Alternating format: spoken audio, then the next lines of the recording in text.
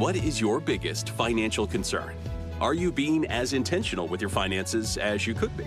How confident are you that you'll reach your financial goals? How will life's transitions impact your financial plan? Welcome to the Clarity and Confidence for Life podcast with Tom Fleishel, founder, president, and CEO of Fleishel Financial Associates. Discover how we can help business owners, successful families, and corporate executives achieve clarity and confidence for life while providing tailored financial solutions that eliminate complexity and free you up to focus on what really matters in life to you and your family. Now, on to the show.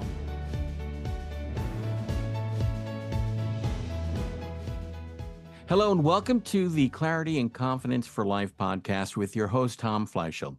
I'm RJ Malik, producer of this podcast. Tom, how you doing today? Fantastic. Thank you. Okay, great. I see you have a guest, so why don't you do the honors of introducing her and you go from there. So today we have an amazing guest panelist, Brittany Anderson. Brittany is not only a longtime friend of Fleishel Financial Associates, but she's president and partner at Sweet Financial Partners, co-founder of Dare to Dream Enterprises, and the co-founder of Ultimate Advisor Coaching. So thank you, Brittany, for joining us today. We're excited about this. Well, I will tell you, I have been looking forward to this conversation, Tom. Well, you have so much to bring to the table. I've listened to your podcast for a long time and all the content that you guys bring. So we're really excited to have you today. So you're currently the president and partner at Sweet Financial in lovely Fairmont, Minnesota, a place I've actually visited and toured your office there, I'll say in the summertime. I'm not sure I'd want to visit it there in the wintertime. So I'd love for you to share just how you got started, kind of as we roll out of this. How did you get started with Sweet Financial? What was your role there? And what was the progression of your career at that firm? Yeah, so you are correct, Tom. You do not want to come here in the middle of winter. I will clarify that first. Yeah, so my journey, it's an interesting one. So I was fresh out of college, thought for sure that I would be in the corporate world. I was actually managing a jewelry store at a young age, and I thought, you know what, I'm going to climb the ladder. And I quickly found out that I don't do well fitting inside of a box. So started looking for opportunities and saw this awesome job ad. And at the time, I didn't really know what it was that was different. But in hindsight, looking back, it was definitely the entrepreneurial spirit that drew me in. So I started with Sweet Financial as a client service associate. I was supporting one of the advisors. And after a period of time, while I loved dealing with the clients, I loved supporting the advisor, I really missed kind of that leadership component. So opportunity arose and I was able to step into the operations manager type role. The gal that was in that position before, she was moving to be closer to her kids. And there's a little bit of a funny story here, and I have to pick on Brian Sweet for a minute, our founder. So when that role opened, they had actually hired a recruiter. And they're offering Mercedes-Benz and all kinds of incentives for somebody to move to Southern Minnesota and run this firm.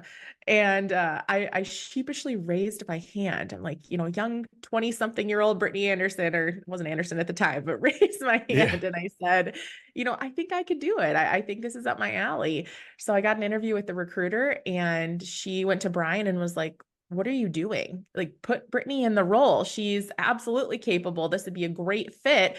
And Brian's response was like, are you sure? I hadn't worked closely with him. So we laugh about it now, but I've never gotten that Mercedes, I will tell you. Oh, come on. I know, what the heck. So over time, I've grown into, I was the COO, and now I am president and one of 4 partners. And it's just been a really interesting journey. I think this industry is fabulous. I think that you and your office, Tom, are a testament to that too, that there's so much that can be done in the industry and there's so much impact that can be made. So it's been cool to be part of that. I wanted to go back to how you actually got that start with the firm. Now, were you recruited, or did you, how did you find the opening for that client service associate role? I was just scouting some of the open job ads. Where I lived, I actually lived in the same town that our office, Sweet Financial, is in. But at the time, I was working about an hour away. And so I was contemplating, I'm like, not only do I feel a little bit stifled in this whole corporate hierarchy kind of thing, but also I was getting tired of driving every day. So I stumbled upon it. I was looking for openings in the area, and I will tell you that at that time, there was, definitely a plethora of opportunities in and around the area that I lived in. But this one stood out. This one was, again, it just felt different. You mentioned being at the office, and you even coming into the office can experience the difference in just the beauty of the building and the people inside, and how you're greeted and dealt with. So that was a huge attraction for me, is how they wrote the job ad and really just how they've kept up the presence of that beautiful building. Absolutely. It is a beautiful building, and you guys have done a great job with that.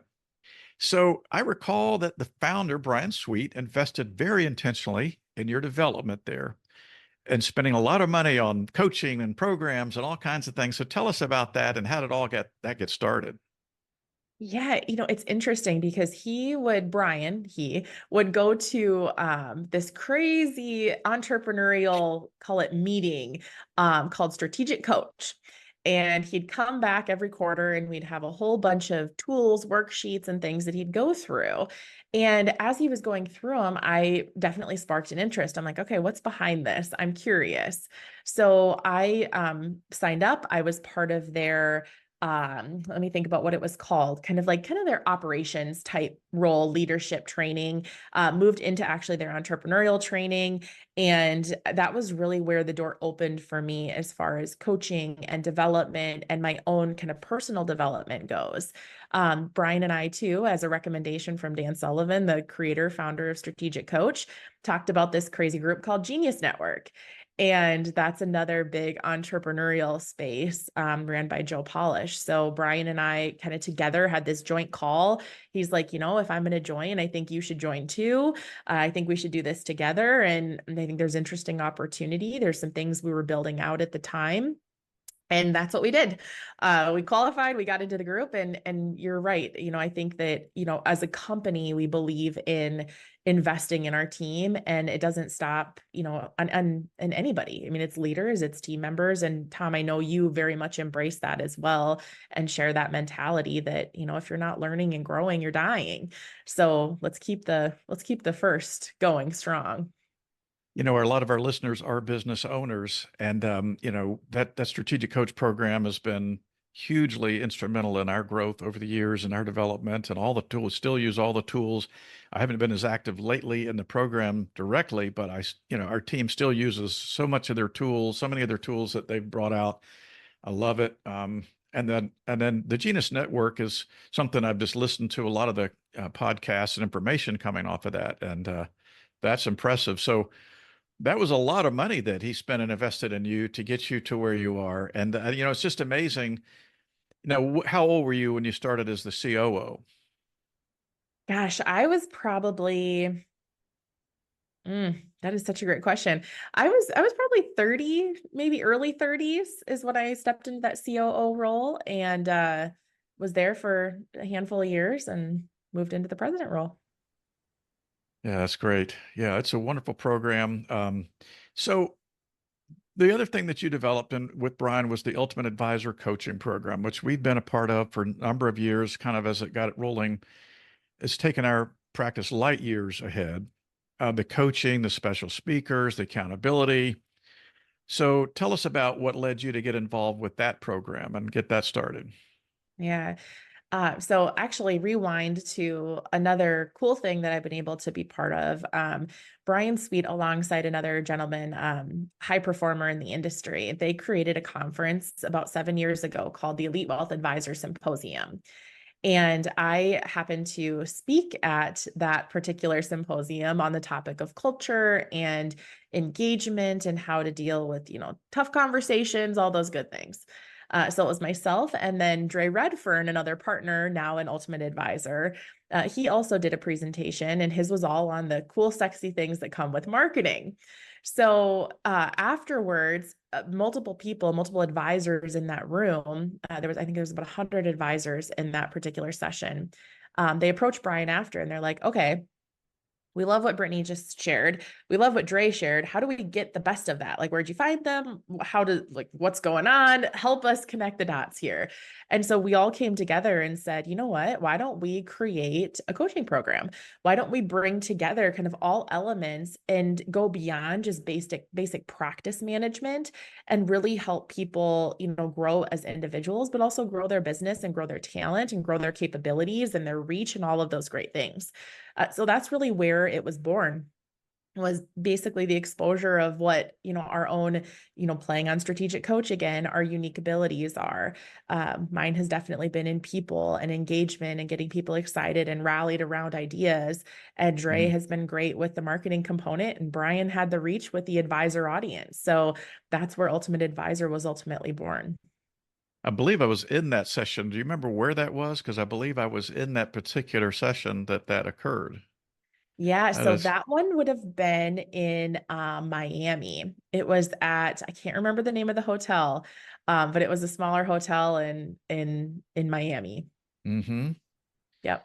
Yeah, that's really cool. And that whole idea about the unique ability is something that we're wanting to re-engage our team with, because I think that's so important for people to get clear on that. It's not an easy process. You go through, tell us about how you helped your team develop their own unique ability using that tool in the process. Yeah, it's an interesting dynamic when you're going through the unique ability exercise. And I think that Strategic Coach has this nailed so well. So basically, the gist of it is you have people break down, call it their capabilities, the things that they love doing, into 4 different quadrants. Number 1 is being your ultimate, like, what excites you, what gets you out of bed, what could you work on endlessly that if you never made a dime, you would still want to do it because you love it so much.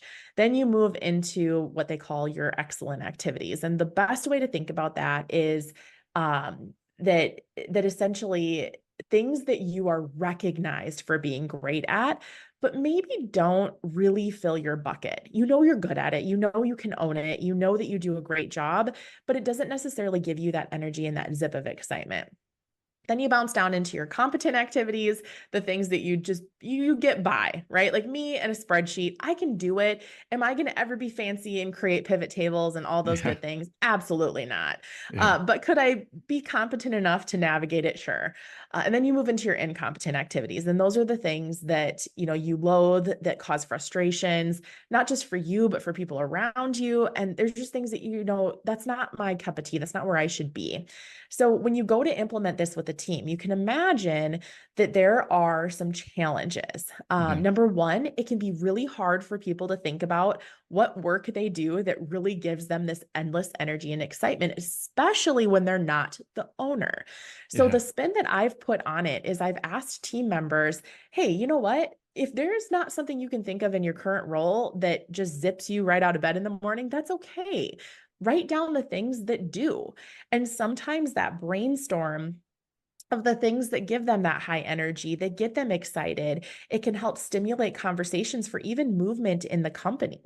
That's where opportunities can be born, where you have somebody that's maybe in client service that should be in a marketing role, or a marketing role that should be in an operations role, or, the waterfall just kind of happens. Then on the flip side of that, there's not many people that love to write down things that they are incompetent at. Yeah, That typically is a word where people are like, what? Like yeah, that feels a little bit, degrading, insulting. I don't think I'm incompetent at anything. And the biggest point that I can make is that we all have incompetencies. Again, going to Dan Sullivan, strategic coach, he has the saying about, if you work on your weaknesses, all you're ever going to have is strong weaknesses. So mm, let's get those things off your plate that are causing you and me frustrations. And let's start focusing on the things that are great. Maybe you haven't found your true unique ability yet, but let's work on the things that are excellent then. And let's put effort into that versus beating our heads against a wall on something that's probably only ever going to be mediocre, even if you put a ton of time, energy, and attention into it. So I think that when you're looking at implementing these concepts with teams, it's all about conversation. And I think sometimes people will use the tools too much as a fallback where, you just use them for face value. And I think they deserve conversation. I think they deserve, higher attention than just here, fill this out and let me collect it. I think that can happen sometimes, and that can be where things fall short, and people just don't connect with the tools and the resources that can really be huge catalysts for their growth. I remember the part that is interesting where you send out, a quick letter to 15 or 20 of your past colleagues and friends and folks that you've worked with and ask them, what do you think is my unique ability? It's very interesting what you hear back on that. And I haven't done that in a long time. I probably need to redo it again just to and to get our team to redo it. But then you have to kind of cipher down all those comments into a 1 or 2 sentence unique ability, which is the really challenging part of it. That's where you really have, to really get granular and, okay, how does this really, you get brought down into a simple statement that I can share and also what we like to know is, how does your unique ability contribute to our team's success overall? What part does that play in our team? So all those things are, I think, critical. Yeah. And Tom, I think you bring up such a great point there too. I actually forgot about the part where you can kind of crowdsource, I guess you could say, where you reach out to different people. And I think the one thing to be careful with there is, again, it goes back to that unique ability versus the excellent. So people often recognize the excellent things in you. But again, when you're doing that analysis and you're trying to weed it down and you're trying to narrow it down to truly what your unique ability is, it can be a little bit challenging if you're trying to fit the mold of what other people think. So really getting to that core of, okay, these are the things that I'm excited about, not just that what people recognize in me. It's a great starting point and it's a great exercise, but really drilling into and going introspective on what matters most to you and what really gets you excited. So yeah, that is an interesting exercise to go through. So let's talk about the Dare to Dream Enterprises. I don't know a lot about this, but what is it and what was your inspiration to get that started? Yeah. So it's funny because truly at the most simplistic description, Dare to Dream Enterprises is an entity. It's an entity to house all of the different ideas. And truly, to be honest, when Brian and I were first talking about this whole world of coaching and mentorship and masterminding and all these things, we needed a place to house it. And it's one of those things too, where I am your proverbial entrepreneurial spirit. I love great ideas and I love new ideas and new ways of impact. And it gets really exciting, but we needed a place to house it. And really, the naming of the entity is all centered around, no matter what we're doing, no matter who we're serving, really the greater purpose is helping people to dream even bigger, to help people to pursue what matters most to them. So whether it is coaching, whether it's speaking on a stage, whether it's, different networking events or health events or whatever it is that we're hosting, that's a great reminder as to why we're doing what we do, why we have all the different initiatives that we have and the different businesses that we've got. It's really about helping push people into their fullest potential and realize that, hey, we only get one shot at life. We only get one go around the sun. So let's make it worth it and let's dream big together. So what are the types of people that most benefit from this Dare to Dream Enterprises? Yeah. So honestly, that's a little bit of a broad range, I guess, answer to that question. So right now, the way I look at it is there's a few different things that I'm actively doing right now. I do take on a handful of individual coaching clients. And those are really people that are looking for ways to really simplify and close their blind spots. That's one thing that I've learned in coaching advisors over the years and really coaching people from all different industries is we are all way too stinking close to our own problems and we're way too stinking close to our own opportunities. So sometimes having that bird's eye view to be able to have somebody come in to look at the full picture, kind of hover above it and show you where those blind spots or those gaps are, that can be monumental to your growth and impact. I will say for me, hiring a coach was one of the biggest investments I've ever made, but one of the best investments I've ever made. Having somebody to hold you to the fire, to uncover what you really want, and then to actually help you be accountable to that, that's where real growth lies. And that's where real opportunity lies. So that's one way under kind of the Dare to Dream umbrella. I speak on stages too, and that's something that I've done kind of haphazardly for many years. And, more and more, I've had opportunities to get in front of great crowds. I just spoke at a hospitality conference for all of their leaders, and there was a couple hundred amazing people in the group. We had so much fun together. And again, it's all the same messaging, regardless of the company. It's about inspiring people. It's about meeting people where they're at and finding out what matters to them, and then getting them aligned to your company vision. Because if they see purpose in what they're doing, and they see that it aligns with their own goals, their own big dreams for their future, man, that's a recipe for greatness. And that's where, again, you get massive leaps of growth in companies. You get people all in and engaged and bought into the vision and really excited. So those are a couple things that kind of lay under that Dare to Dream umbrella.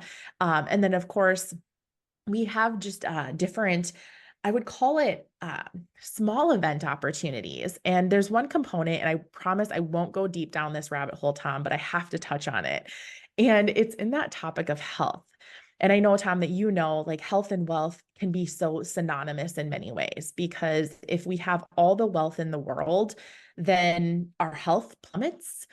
It's not worth a whole lot.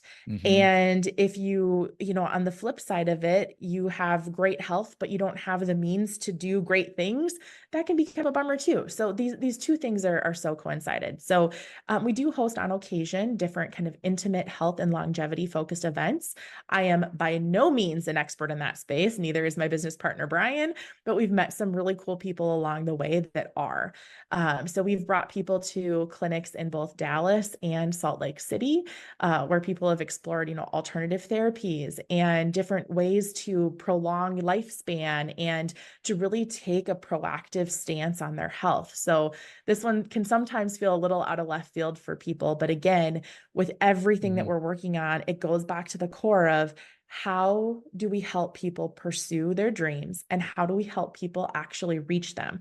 Health is such a massive component of that. So it's been fun. It's all about collaborations. So Dare to Dream is a coaching program that you coordinate alone, or is there other people involved? Yeah. So basically with Dare to Dream as the entity or the enterprise, that kind of houses all the different things that we do. So right now, yes, I alone do take one-on-one coaching on occasion. There's not a whole lot of those spots that I keep open, just because time is a beautiful thing that I like to protect.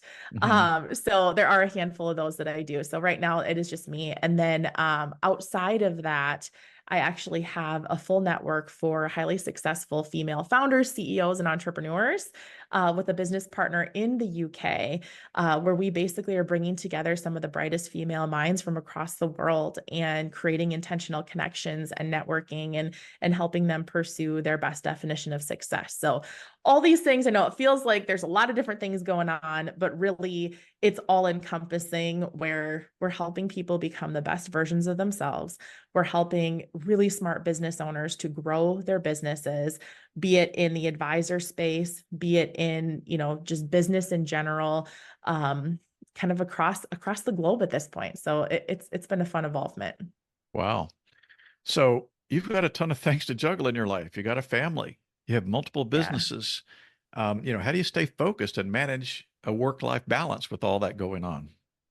Yeah, that is the number one question is, I like to say it's managing my juggle struggle.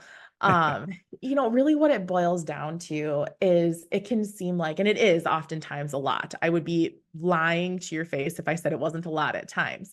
However, I'm a big believer in going back to your values and using that as your decision-making mechanism. So for me, while I am involved in a lot of different things and, I'm so grateful for that. And I have 3 young babies. I mean, they're not babies anymore, 10, 7, and 5. And I have a husband and all these great things. For me, it's making sure that I'm super intentional with that teeter-totter in life. I look at it as when we're kids and we're on the teeter-totter. It's fun when you can get it to go up and down and one person's flying and you're bouncing off the ground. And then there's this game that you play where you try to get it so you level set it, right? So you get weight evenly distributed on each side. And I really look at this as that balance of life. Is that kind of a steady state is only fun for so long. So you got to let that teeter-totter go back up and down again. And my biggest thing is I don't want one end of the teeter-totter to be constantly weighted down over the other. So I'm constantly looking at ebb and flow. I'm looking at what requires my attention right now, where am I most needed? And it goes back to setting that top 3 priorities. If you have more than that, you have none. So on any given day, I might be focused on being a great mom, getting a workout in, and maybe getting a little bit done in one of the businesses. And in another day, I might have 3 businesses on my plate where that's my core focus. And my kids are hanging out with my husband or, my mother-in-law or whatever. So it's all about ebb and flow and just being super intentional with where your focus is, not allowing distractions to get in the way, and just remembering that teeter-totter of life has to go up and down, and it makes it fun. It makes it fun. And I don't believe in that perfect balance. I think that it doesn't exist. What exists is your values, staying true to who you are and making decisions based on those. What's been your most challenging part of serving in all those multiple roles? Yeah. The biggest challenge I would honestly say initially going back to kind of the early stages of all these businesses evolving, definitely my time, attention, and energy. Managing your energy between different, call it roles, responsibilities, it can be a challenge. And I'm a firm believer, I look at the high achieve brain, for example. We tend to want to do everything at 115%.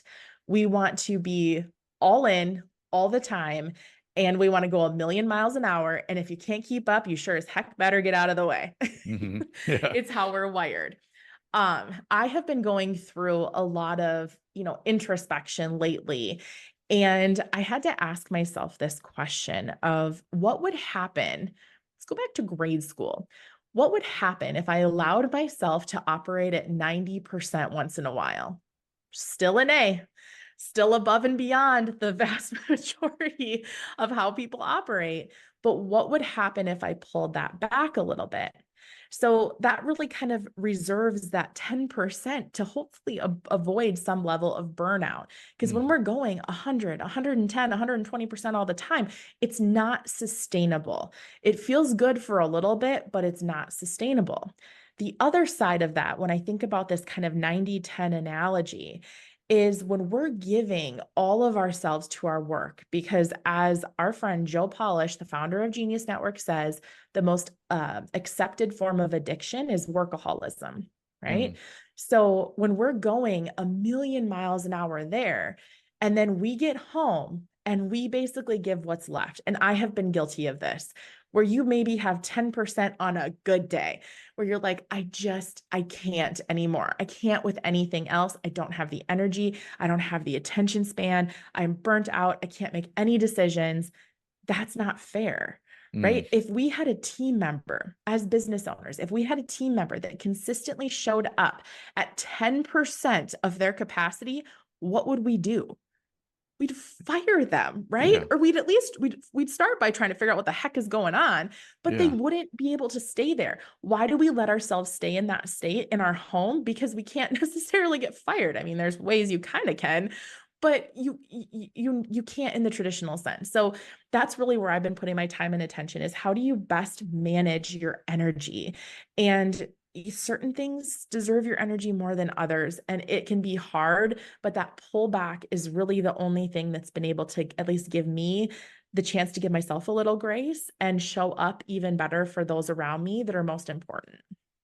Now, do you think this is an honest question I wanted to ask. You know, you're an established young woman.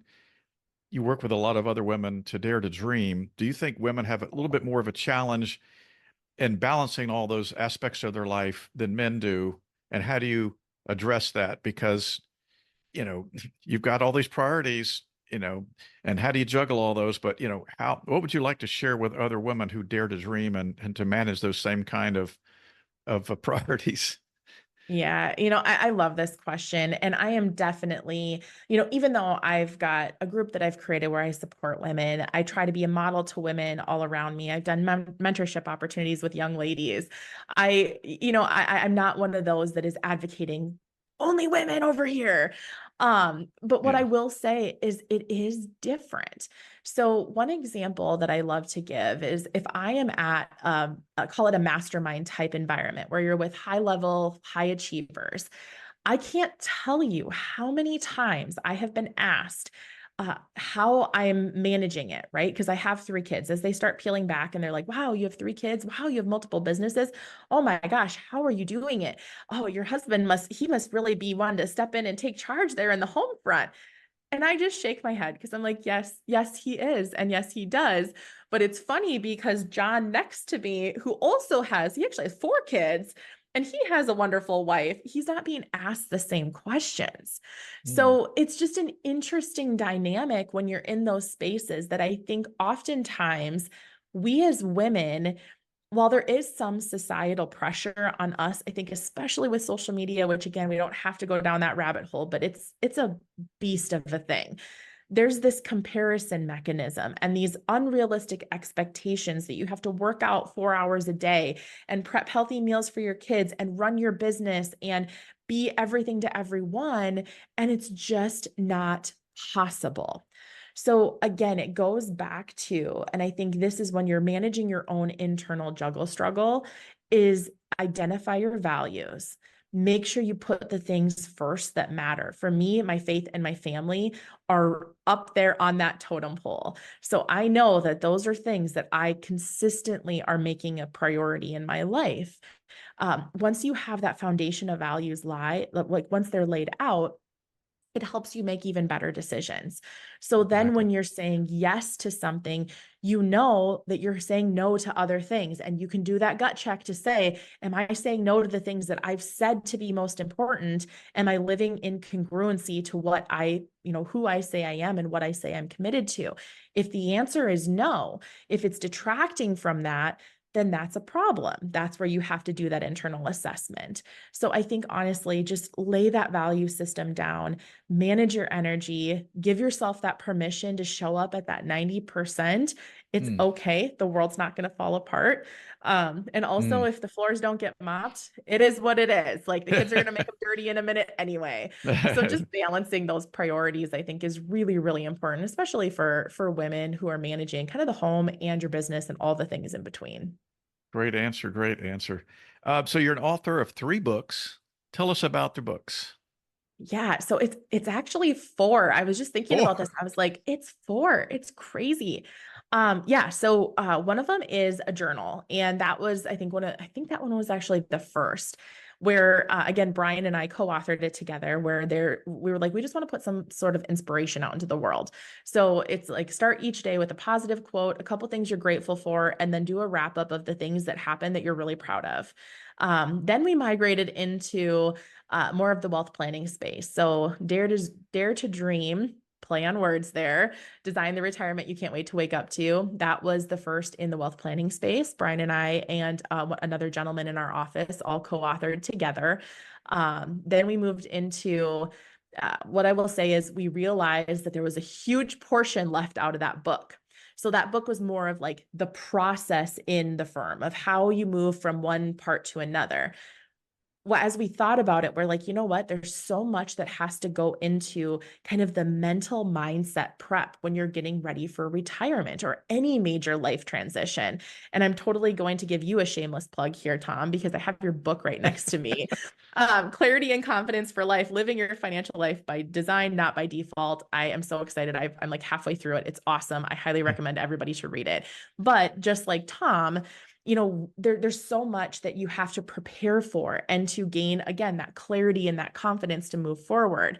So that was really what our second book was. It was almost like a prequel to the first, to help people kind of vet out, what do you want? What do you want most? And here's the things to look out for. And here's the biggest lessons that we've learned along the way. So those are the two in the wealth management space. And then we wrote one for advisors, how to basically become that elite, that excellent advisor, and basically build it without reinventing the wheel. So those are the things that we've done so far. I have one more that is kind of in creation right now that might be for the ladies. So I don't have a launch date on it yet, but I've been working on it for a while, and I'm really excited about this next project as well. What's that one? What's that one going to be?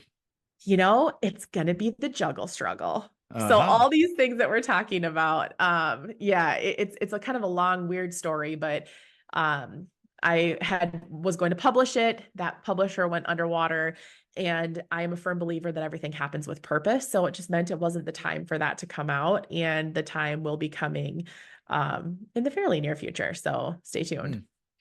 Any advice for new authors like me? Oh, man. First of all, I think if you have a love for impact, writing a book is a necessity. And Tom, you know this. I mean, I preach from a pedestal all the time. Like, if you feel like you have a book in you, get it out, because you have people in your life that need your message. They need your words, and they will be inspired by it. So I think when you're thinking about, there can be an overwhelming feeling when you think about authoring a book or sitting down to write, or, I flash back to these images of people writing by candlelight, and you're working until all the wee morning hours. And there's so many great ways to do it that don't require that anymore. Yeah. There's this crazy thing called AI that can help you. There are ghost writers, there's publishers, there's editors, there's all kinds of people that can help you on your journey to being an author. Highly, highly recommend that you take advantage of that. If you've got a message in you, and we all do, you need to put it out into the world. It was a wonderful experience for me, and I'm really glad that I took it on, and it's been fun. I really enjoyed it. A couple more quick questions. We'll wrap it up. What is your number one piece of advice for future leaders? Oh, man. When I think about call it leadership in general, there is a saying, and I cannot remember who said this, but so I could attribute it properly. But essentially, the core message is, true leaders, it's not just what's within them, it's the people that inspire leadership in others. So my belief is that regardless of the title that you hold, you have an opportunity to be a leader by your own right. And I think that the characteristics of some of the best leaders are people who lead with empathy, who are in tune to what's going on around them, who have that high level of emotional intelligence, and who stay congruent. I've used that word a few times, but truly stay congruent to what you state your values are and how you act and behave on the outside. If people can sniff out that even little bit of incongruency in you, where you're preaching one thing and you're doing another, it really shoots any opportunity for you to shine as a leader kind of in the behind. So inspire leadership in others, live by what you say, and take action. Man, that is such a great characteristic. When you can take action forward and people can see that drive come to life, and see you being willing to make mistakes and sometimes fail along the way, that's where they'll really see, like, wow, they're serious about their intent. They're serious about what they want. And I think that those are all characteristics of great leaders. I'll wrap up with the last question that I know you like to ask. Is there something I should have asked that I didn't? Oh, look at you. Oh, I love it. Tom, I think that you asked so many great questions. And, I guess I would say more of like a parting message is, this journey of business ownership and entrepreneurship and all those things can be so challenging. And I would just highly recommend that if you're tuning into this, you've been listening to Tom for a while, definitely recommend finding your people. I will say that for me, the biggest catalyst of growth and opportunity and all the things that I've done, and I know, Tom, we've had these conversations before too, is put yourself in rooms with people that have done even more than you, who you would love to model after, learn from, absorb from. And I think you will find that your own growth excels and your quality of life enhances as a whole. So I think that would be my parting final thing that you didn't ask. Wonderful parting shot. Thank you very much, Brittany, for everything. This has been awesome. Thank you for all the content and everything you do. We really appreciate you being on today. Thanks, Tom. It was my pleasure. Okay, Tom, how about some contact information? For me? For both. Okay. Brittany, why don't you share your contact information?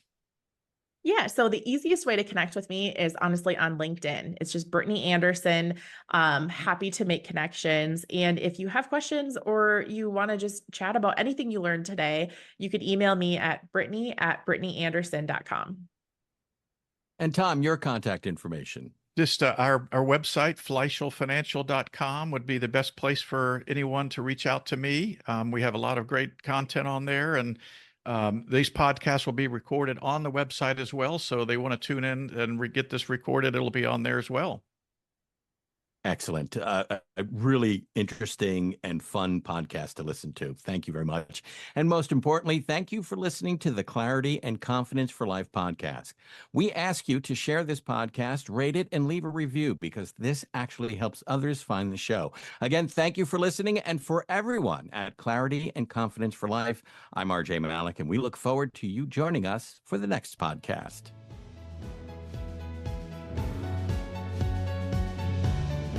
Thank you for listening to the Clarity and Confidence for Life podcast. Click the subscribe button to be notified of new episodes when they become available. The information covered and posted represents the views and opinions of the hosts and/or guests and does not necessarily represent the views or opinions of Raymond James. This content has been made available for informational and educational purposes only. The content is not intended to be a substitute for professional financial advice. Always seek the advice of your financial advisor or other qualified financial service providers with any questions you may have regarding your individual situation. Securities are offered through Raymond James Financial Services Incorporated, member FINRA, and SIPC. Investment advisory services offered through Raymond James Financial Services Advisors Incorporated. Fleishel Financial Associates is not a broker-dealer and is independent of Raymond James Financial Services.